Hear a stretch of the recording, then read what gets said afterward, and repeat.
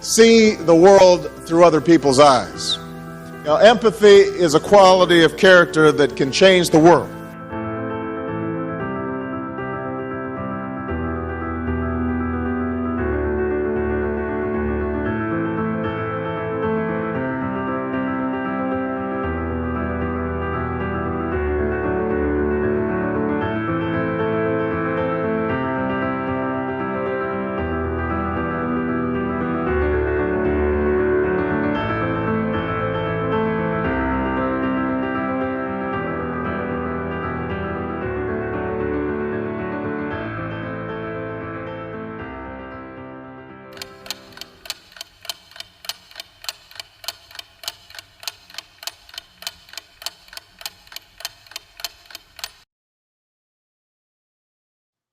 Good morning and welcome to Artifact Live with me, Scott MacArthur, where we look at the art and science of storytelling. Well, it's been an eventful few weeks. The show has been disrupted significantly by various things, including COVID. Two of my children have now had COVID.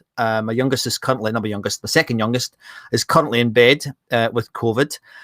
My partner has put her back out and my youngest son has got an allergy attack. So I'm the only one that's standing in this house. So it almost never happened today as well. So thank you very much for your patience. I do appreciate it. Other things that have been going on, you probably see that I don't have my normal background today. Well, that's because I've been filming for a client for the last week. If you'd said to me 18 months ago that I'd be making a dozen films for a client that was paying me to make these films, to talk about the things I'm interested in and to talk about the future of work, biotech, to talk about things like nanotechnology, artificial intelligence, exponential disruption, etc., I would have said you were a fool, because there's no way I could have done this 18 months ago. So thank you, COVID, because that time I've taken to learn these new skills is starting to bear some fruit for me, which I'm delighted about. The other thing that's happened is that I got a bit frustrated that I felt I wasn't fully discussing things with my audience in terms of what's been happening in the media. So what I've started to do is like little lightning talks, almost call them fire chats, fire talks, where if something gets on my nerves or something piques my interest, I just go live on LinkedIn and on Facebook. And very oddly, I've now ended up twice on Radio 5 Live in the last 8 days because of that. So it is having an impact. Now, I'm not trying to game the system. You know, this is not a sales channel, and I'm not trying to get, I'm not looking for vanity stats or anything, but it's been interesting that just reacting live to things that are in the media, particularly on LinkedIn, seems to work. So expect more of that. I've got a couple of things this week that are starting to get on my nerves a wee bit, so I might come back onto Fire Talk and have a chat about that. Probably not today, though. I think once a day is probably enough for anybody that's on my LinkedIn profile and on the other channels. So anyway, thanks for your support. So what we're doing this week? Well, in a sense, it's a continuation of a discussion I had a couple of weeks ago with Olivia James. Now, Olivia, if you remember, was the Harley Street therapist who I've known for a couple of years. And she specializes mainly, she does other things, but mainly in trauma. And it was interesting. Now, I don't want this show to become a show about trauma, but nevertheless, it's an essential part of human experience. So when I was looking at various people who'd said they were interested in coming on the show, and this week's guest, Chris, had a particular story that I thought, I think this is something we need to share. So without any further ado, I'm going to introduce my guest this week, and my guest is called Chris, and it's Chris Freer. I'll get you on the screen now, Chris. Here we go. Welcome to Artifact, Chris. How you doing? Absolutely super excited about this. Thank you so much for inviting me on. Don't be daft. It's been funny, hasn't it? Because we've had a few trials in the background, haven't we, with technology? Yeah. But I can normally put it down to that. I'm an old man now. And right. Technology has passed me by a little bit. I think, Chris, I need to give you some. No, I don't think it's been you're being an old man or anything like that. It's kind of a symptom of where we're at with the tech, because the platform I use, which you can see in front of you now, is called Restream. And Restream is one of there's really 2 or 3 main platforms. StreamYard and Restream are the main 2 that people use.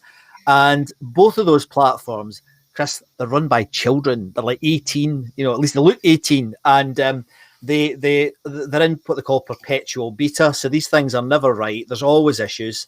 And I spent 2 hours on the chat with them this morning because there was an issue with compatibility between Restream and Facebook. So it's very common there's issues. So please don't beat yourself up about it. But it's so.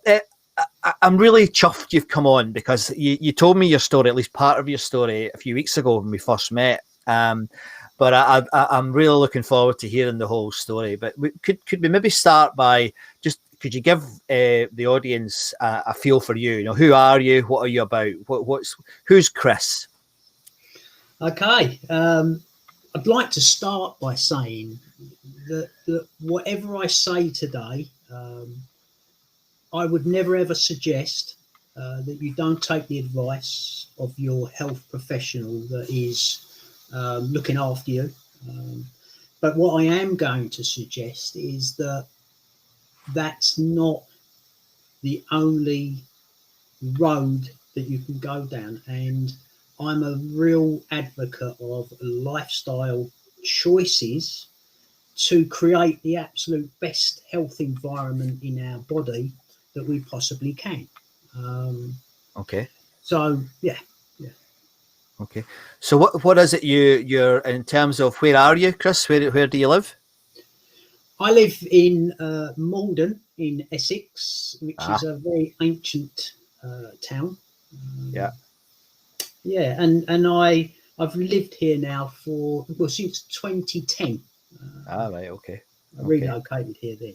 So, and what's your career been like thus far, Chris? What's the game you're in? How do you make a living? Now, I run a company called ARTEFACTLive, and we provide proactive support for people with learning and physical disabilities to be as independent as they possibly can in their life. And it could be something as simple as making a cup of tea safely, to actually getting themselves into paid employment. Right. It's that varied. And myself, I've retrained, and I work as a therapist. I'm a hypnotherapist, but I like to call myself a mindset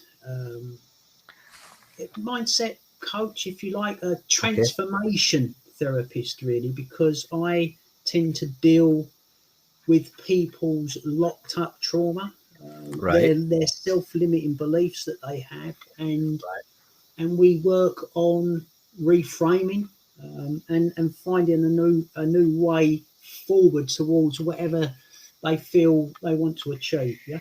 Okay. There's quite a lot to unpack there, Chris. Could we maybe go back a step, though? Your career before you were in therapy was quite. Could you tell that story, because it's quite an interesting one? I think people would be interested in it. I mean, I have had a varied career, actually. That's an understatement, Chris. Yeah. I left school with absolutely no qualifications at all. In fact, I kind of left school almost at 13 years of age. I used to bunk off school and go and work on Romford Market. And I managed to get myself an apprenticeship as an electrical engineer. I qualified as an electrical engineer. And then I got involved in the gaming industry when one-armed bandits were going from mechanical pullers over to an electromechanical. So I got involved in that. And eventually that led to me getting involved in the license trade somehow. I don't know how that happened. And at my height, I had 4 pubs and a couple of clubs on the go. Right. And were they in London, or where were they? Yeah, on the outskirts of London. Yeah. They were located in Rainham, Barking, Dagenham. Gosh. All around there. That sort of area. Yeah. Okay. And did you retire from that business, or did you decide to move on, or what was the transition? Well, that's where everything. I'm struggling to say went wrong, because it didn't go wrong. It did go wrong, but it didn't go wrong. Yes. that's where my life-defining change came, if you like. Yeah. Would you like me to tell you a little bit more about that? I think that would be lovely. Thank you. Okay. So back almost 20 years ago now, I got diagnosed after probably 4 or 5 years of going to see my GP to be told that these weird and wonderful symptoms that were affecting me Yes. were all due to stress. They were all stress-related conditions. And I've got to be honest, I didn't really feel that stressed at the time. I kind of thought I was Mr. Invincible, really, and people used to say to me, you can't carry on going the way you are, doing them 16-hour days and stuff like that. Something's going to break. But I felt right, apart from the fact that I had all these weird things happening to me. I was losing feeling in my hands. I was losing control over my bladder. Right. And I was getting really forgetful and just weird. And I had weird pains and weird electric shocks in my body and all bits and pieces like that. Yes. Until we got to, and it was the year 2002 when the World Cup was in Asia, I believe. And I know this sounds horrendous, but I was doing breakfast and a pint at sort of like 6 and 7 o'clock in the morning, because that's when the matches were. Oh, I remember that. I like was that Japan? Was it Korea and Japan, wasn't it? It was the Japanese. That's it. Yeah. And I was running around like the proverbial blue-arsed fly, and I come back to my main club actually, and the manageress in there, and I said, you know what, I really don't feel very well. And the next thing I knew, there was an ambulance crew there, and they were taking me out of my club. And they carted me off to hospital. So, right. I had several checks and stuff like that, heart and stuff, and they kind of sort of said, well, you're not too bad, but you haven't eaten for quite a while, have you? And I said no, but they suggested that I go and see my GP, right, and because there needed to be further tests, and I'd actually relocated. I'd moved out of the outskirts of London, and I'd moved to a place called South Gordon Ferrers then, and I'd never met the GP where we'd had to reassign to, and I went to see this GP, and she was, I will always remember this lady. She was a wonderful, wonderful, real old school doctor, and she spent a lot of time with me, and I think I was probably with her for an hour. She ran tests on me and said that she definitely felt that there was something neuropathic. I think there were neurological that there was wrong with me. Yeah. And she asked if I was able to afford to go and see a private neurologist, because I didn't have private health, and it wasn't something that I kind of believed in. And I could. I was able to finance that. Okay. So she put me in touch with this neurologist who ordered several tests for me, and sat me down and done tests like over I'm talking about MRI scans, but he did actual tests on my body.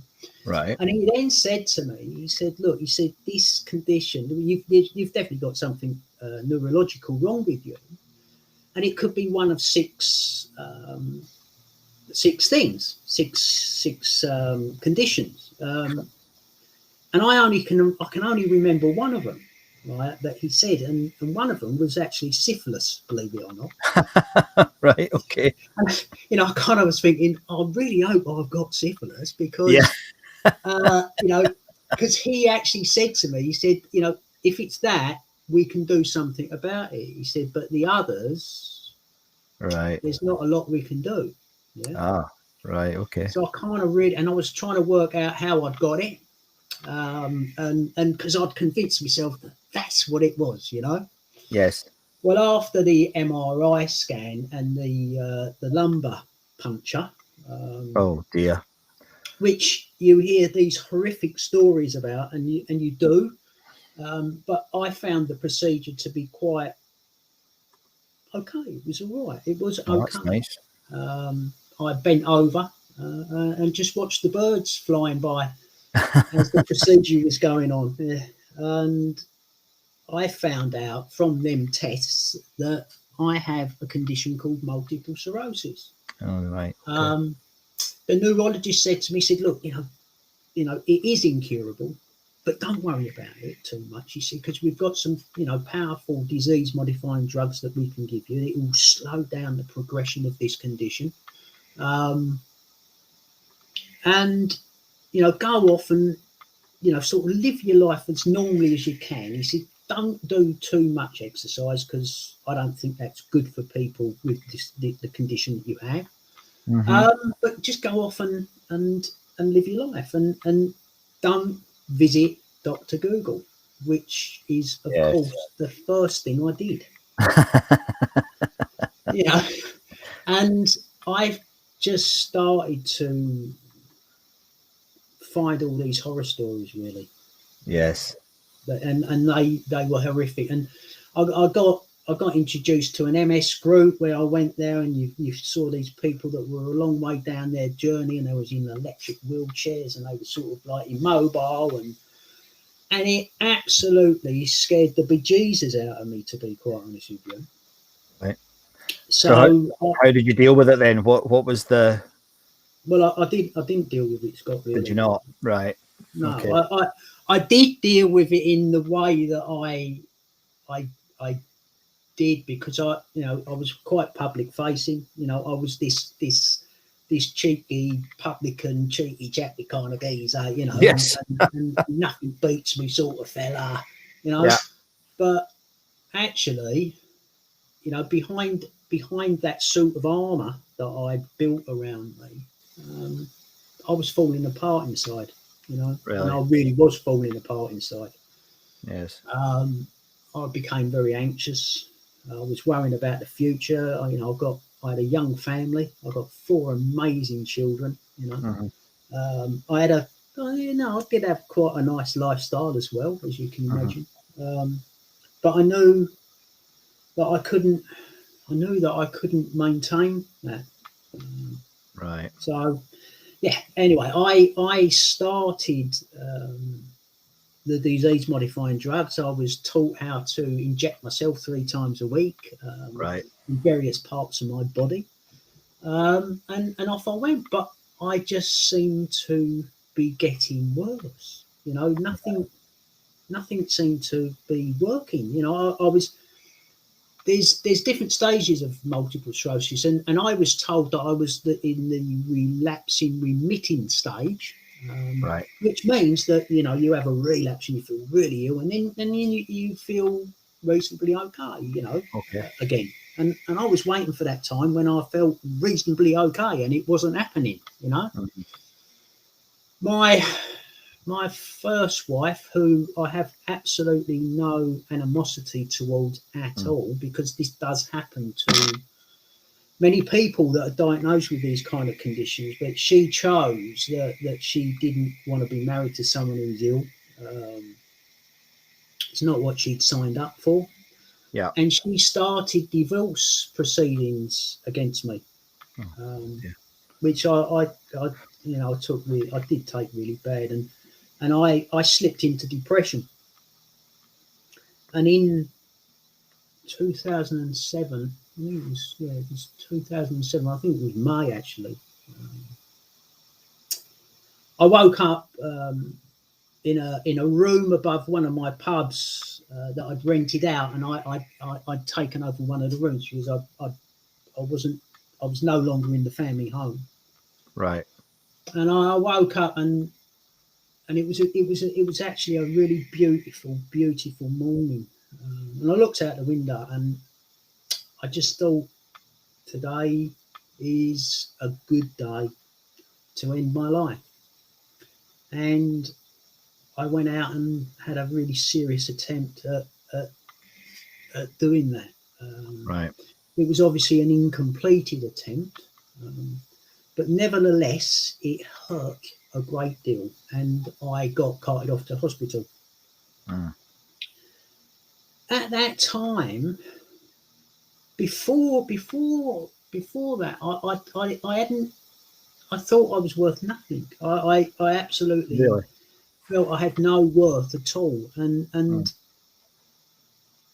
the thing that saved me that day was compassion. Really? But it wasn't compassion for me. It was compassion for the lorry driver whose lorry I intended to throw myself under the front of it. Right. Unfortunately, I caught his eye, and all of a sudden, I just thought, what is this act that I'm about to do going to do to him? Right. And it made me hesitate, and I glanced off the side of the lorry, fortunately, and got carted off to hospital. So I got sectioned for a little while, but I knew it was then that this huge wake up call came for me, because I'd always been this sort of positive sort of guy, and I had this, I had this huge wave of guilt came over me, because all of a sudden I thought to myself, I was thinking about the lorry driver. What was this going to do to my children? Yes. I hadn't even spared a thought for them, and I was shocked, and it was horrendous for me, and I thought, I've got to do something about this, and I, unbeknownst to me in a way, that day, whilst it was a really, really bad day, it was one of the best days of my life as well, because it was the day I hit rock bottom. Yes. It was the day that I realised that I could rebuild a life built on solid foundations. And that's what I've been doing ever since. Right. So that, quite often I've heard that referred to as a threshold moment, or a period where you feel like change is there, and you used the word earlier, transformation, which I thought was interesting. So thank you for sharing that story. That was I don't know how you feel about. How do you feel about telling that story publicly? Is this something you're used to doing? I do it a reasonable amount of time. Right. I've just come back from Edinburgh, the conference where I shared that story. It still has an effect on me, though, Scott. Right. It still makes me shudder a little bit, because every single day that I wake up now, yes, is a good day, Scott. Absolutely, yes. It don't matter what the weather's like, what's going on. It's a good day because I'm breathing, mate. Yes. Well, let me tell you how that made me feel, because this show's about storytelling, and you told that very well. And what was my inner reaction to that? Well, I felt, oh my goodness, there was a sort of, I don't know I'm just riffing here. I'm not trying to be smart or anything. It was it pity? Was it compassion? Was it, oh my God, if that's permitted? But I want to know, and I suspect everyone watching wants to know, okay, what happened next? Because you've now had that threshold moment, Chris. So what happened next? How did that, after you've been sectioned, what happened? Okay, so luckily, someone, well, actually, it was, although I hadn't got divorced yet, but it was actually my mother-in-law who came to the hospital, and they released me to her, because they wouldn't let me go because I didn't have anyone to live with to look after me. So they released me to her, and I started my journey. I did take the antidepressants for a couple of weeks, and again, I've got nothing against pharmaceuticals. I've got nothing against anything like that at all, But yeah. I do think that they get used a bit too much. But anyway, so what happened next was that obviously I stopped the care in the community, if you like, and I started to regain control. I moved back to Hornchurch, where I used to live. And I got closer to my brother because he lives down in that part of the world, and I just started to repair my life. But my neurologist, and he was an NHS neurologist by this time because I couldn't afford private. Yes, my neurologist had seen me getting steadily worse. And I was really struggling quite badly. He ordered an enhanced MRI scan it was 2008. When he got the results back from that, he told me that multiple sclerosis had now entered the secondary progressive stage, and that there were no disease-modifying drugs available to me. He was unable to slow the progression of this condition now. Right. He could only give me baclofen, gabapentin, pregabalin, amitriptyline type drugs to deal with the neuropathic pain and the muscle spasm and all that kind of things that are associated with MS. And he also advised me to prepare myself for a wheelchair. Right. Because in his opinion, the way that this condition was progressing in me, that's where I would be. I would be in a wheelchair. Yeah. Right, okay. And he was right. Right. He was right. And I believe you have a picture of me in that chair. I do, actually. Let me just show you that. Here we are. So what's that picture? That's obviously you, but what's going on there? That's me. Yeah, that's me. Well, 2010, this amazing lady came into my life. Yeah, wow. Who I'm proud to say is now my wife. And we lived in, we live in Malden. And what had happened when she was on her own, some wide boy gardener kind of guys, landscaper, she had some circles out of the front of the house in the garden. And what he'd done was he'd come along and he'd done a load of work, but he'd just laid the turfs over the top of the concrete base of the circles. Oh, for goodness sake. And of course, what happened was that the grass died on the circle, and we couldn't work out why that was going on. Of course, when I went and had a bit of an investigation of it, I realised why that was. And I dug that concrete out on my hands and knees, and I dragged the rubble from my chair with a rope over to the skip, and I got rid of the rubble, and I'd done it all on my own. And I published it on Facebook because it was a local landscaper around there, and I kind of documented what I did. Yes. To see if I could get a response from it, and I didn't. But anyway, but I think that kind of describes my mentality a little bit. I'm a bit awkward, and I am a bit awkward. I'm a bit stubborn, but actually that was good for me. And around about that time that I was doing that, I was sitting over. We live in a beautiful part of the world, and there's a beautiful estuary near us. And I was over the park in my chair, and I was looking out over the estuary, and I actually believe it was my old mum who whispered in my ear, and she's been long gone, but she whispered in my ear, and I'm sure she said, if you don't start using your legs, boy, you're going to lose them forever. You know. And it kind of prompted this change for me, and I started to study exercise. Right. I started to really study nutrition. I started to listen to my body, you know, and listen to whatever I was consuming and what kind of effect it was having on me. I learned about meditation.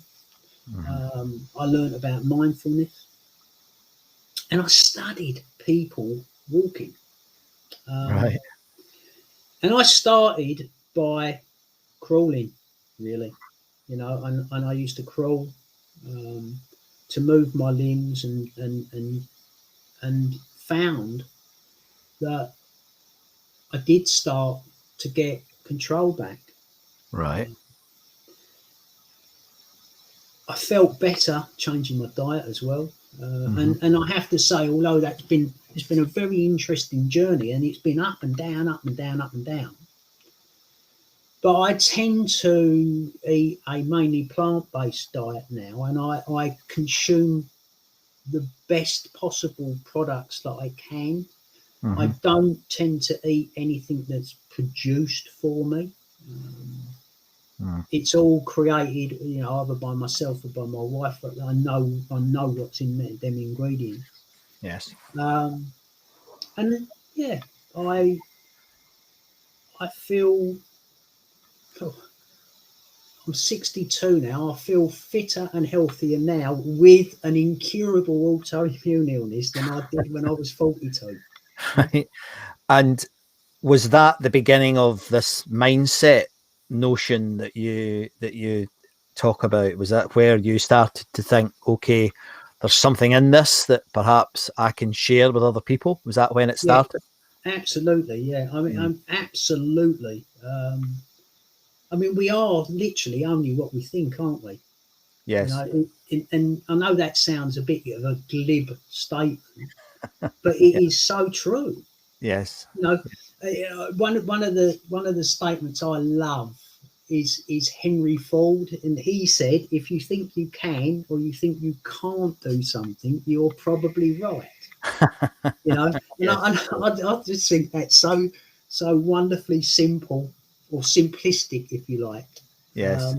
But it is so true, and yeah. So Yeah.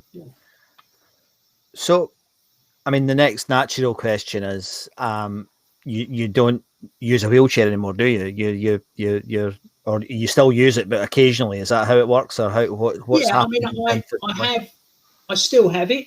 It's Mhm. parked up. I choose only to use it when it's of benefit to my family, if you Right. like. Okay. Yeah. Okay. I mean, it was my eldest daughter that introduced me to a wheelchair in the beginning. Right. Because Okay. there was something that I did leave out of my journey, if you like, because when I got divorced,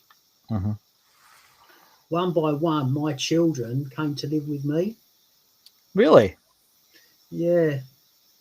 Yeah, interesting. it didn't. It happened over a period of time, but one by one, my children came to live with me, and that was amazing. It was one when I have such a relationship with my children. They are comfortable with me sharing my story. Yeah. They are 100% supportive of me in what I'm doing, and they know why I'm doing what I do and why I'm sharing warts and all my story. Yeah. Yeah. Well, when we come back from a short break, I'll ask you to share your artifact with the group, if that's okay, Chris, because we Yeah. would love to see what your Yeah. artifact is. And I guess the thing that I would like to hear more about is how you've, I mean, that's a lovely story, and I'm delighted that you've shared it with us. And I mean lovely and well told, not lovely and in your experience. But I'd like to know, what you're now doing with that story. How you're using that story to transform the lives of other people. Does that make sense? Yes, thank you. Yeah. So my name is Scott MacArthur, and you're listening to Artifact Live. And the reason I started this show, this is the 48th show, which I find quite remarkable just thinking about it. That the reason I started this show was because, well, I always thought that story was something quite special. And did I understand it? Maybe not. I don't know. But I always knew that there was something special about story. And my guest today, Chris Freer, I think he's already proven that, because that's been a very emotive story. It was told with a smile on his face, but you could also see the change in his reactions and his facial expressions change, because he was remembering some of these things that he was experiencing, and it was pretty harrowing, I think you'll agree. But in the second half of the show, I mean, I really want us to delve into that, because the other thing that's important for me, certainly, is that I believe that a good story well told can be generative. Something can come from it that can actually be a very, very positive thing. So growth can come through, and in this case, from trauma, you can get post-traumatic growth. So let's go back to Chris and ask him some more questions. But if you have any yourself, please put them in the chat, and we'll see if we can get to them before the end of the show. So thanks very much for tuning in to Artifact Live with me, Scott MacArthur, and I'll bring my guest back on, Chris Freer. So, Chris, I asked you if you could kindly bring an artifact with you. Could you share the artifact that you've brought with us and tell the story behind it, please? This was a tough one, but Right, if you can see this, this is Ducky. Ducky, right? Okay, Ducky. excellent. And it's the first walking aid that I ever bought, which I bought many years ago now. Do you know why I bought it? Why is that? Because I was self-conscious, and I used to think people thought that I was half cut when I was walking around. Oh, really? Right.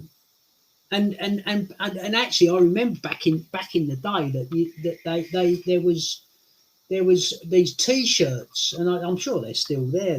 There's these T-shirts that you could buy saying, some of them were a little bit, some of the wording might have been something that we shouldn't really broadcast on a family show like this, but basically, and you can put your own interpretation into this, that it would say on the T-shirt, "I'm not drunk, I have MS." Right, okay. And I was back then. I was in a really bad place, and I was just really self-conscious. So Ducky, which has been, and as my children often say, has been a valid member of the family for many years now. Sort of reminds me of the avenues that you can go down in your own mind, those self-limit, and that's a self-limiting belief that I believe that people would be laughing at me or thinking that I was half cut, or do you get what I mean? Yeah? I do. Yes. And that very naturally leads me to the nub of this. Really, you talked about being a mindset coach. What's a mindset coach? What are you trying to do? So all this knowledge you've gained and this experience, what are you doing for your clients with that story, that experience? What are you sharing with them, and what is a mindset coach? Okay, so the work that I do privately, if you like, with people is that I will get to that root cause of where something started. And everything starts somewhere.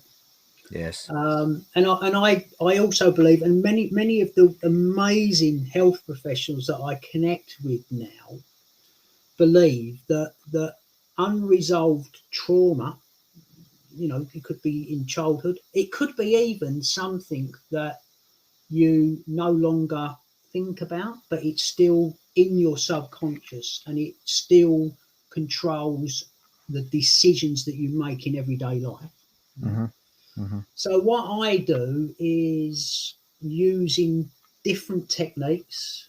Sometimes I am a qualified hypnotherapist, but I don't tend to use the hypnotherapy label. I tend to use a deep relaxation label. But we will explore that, and we will find the best way to remember that experience. Do you get what I mean? So it's Yes. There's a reframing, but you're never ever going to change the past. You cannot. It cannot be done, right?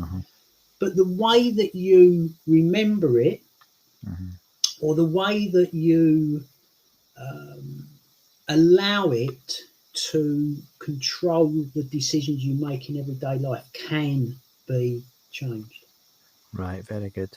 And what type of people come to you? Is it all types, or is it All types? Yeah, all types? Yeah, right. Yeah, Okay. yeah. I mean, all types. I mean, obviously, I do have a bit of a slant towards health issues, if you like. Yes. Yes. Because I have a hell of a lot of empathy, and I actually think that, for someone like me, I have an acquired disability, haven't I? Yeah. Yes. So I knew what life was like before. Right. Okay. And I think a lot of people who acquire a disability mourn the life that they had. Yeah. Now, I did mourn the life that I had. Yeah. But I've actually realised that every day can be an amazing event, no matter where you are in life. And that's how I set out every single day. That's lovely. So, I mean, the other thing you've done wonderfully is that one of the aspects of storytelling, Chris, that I really like is that it can act as an empathy engine. So you've just proven it, because you've told a personal story, quite a harrowing story, but you've come through that, and now you're using that experience to help people. But I certainly, when you said you feel a lot of empathy, I feel empathy towards you now. I mean, I can't quite. There's debates about what empathy means, but I haven't been in that situation, so I can't fully get it. But I definitely feel like I know you a bit better now that I've heard that story. Does that make sense? So I feel that I would be interested in talking to you about something that that I was struggling with. So that I think kind of, and I mean that, I'm not making that up because we're on on a show together. But let me ask you, I mean, what nowadays? What makes you passionate now? What are you passionate about now in your life as we come to the end today? What are you passionate about? I am passionate about creating change for people. Okay. I'm very proud to be doing work with health professionals that are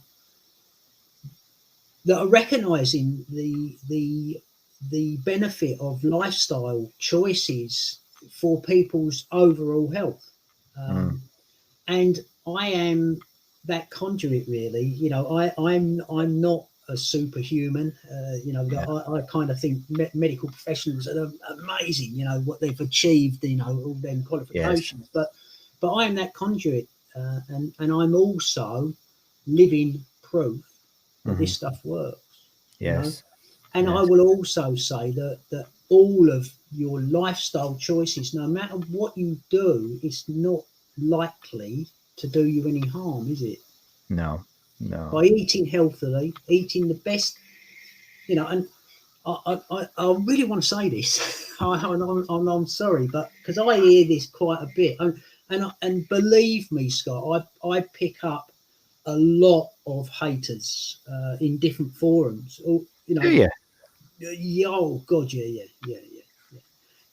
I've been called lots of things, and that's okay. That's okay, because I just love them a little tiny bit more, because I understand that they're stuck in that place where I probably was, you know. Yes. And I do understand it. I understand it. So, but one of the things that gets said to me is that they say, yeah, that's all right for you eating organic and all this and all that. It's so expensive. Well, I'll tell you what, it is not expensive, because what you do is you learn how to cook. Yeah, and you learn how to use all the produce that you buy, you know, and you Yes. don't throw things away. Yes. You know? Can I ask a final question linked to that, please, Chris? Yeah, absolutely. What does your doctor think about what's happened? Really? Yeah.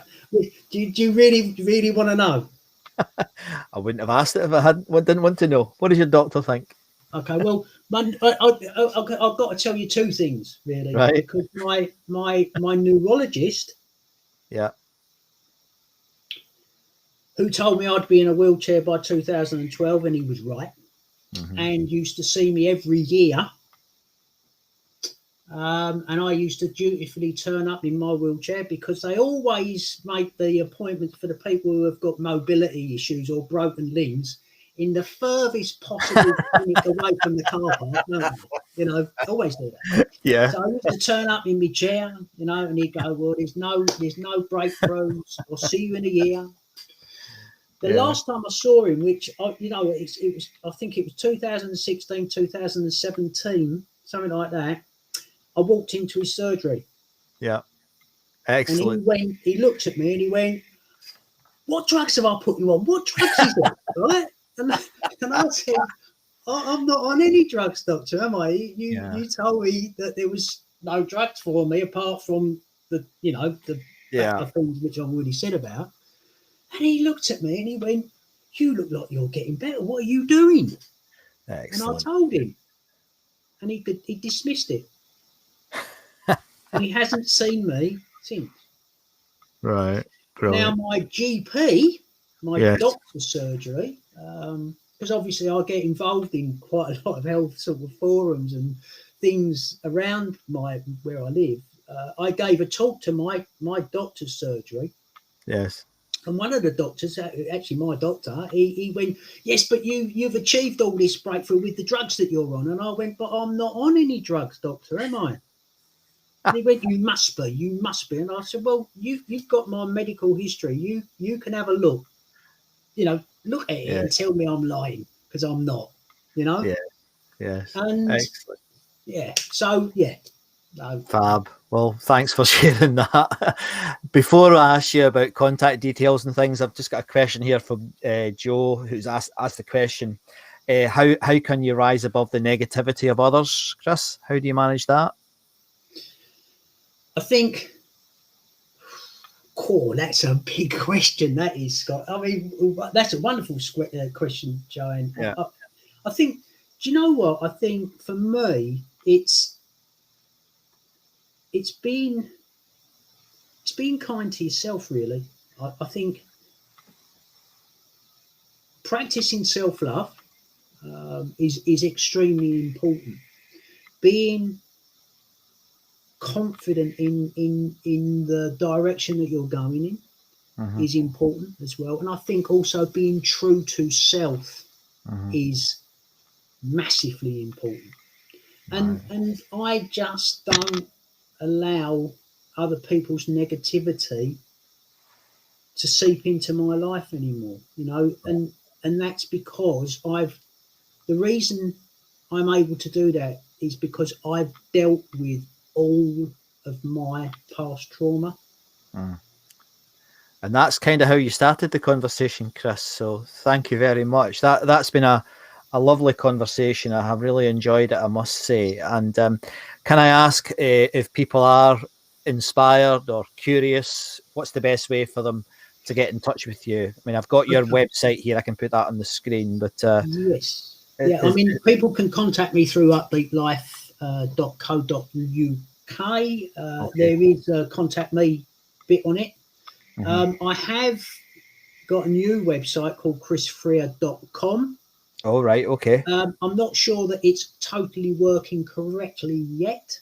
I'm but just checking. The contact email is action@chrisfreer.com.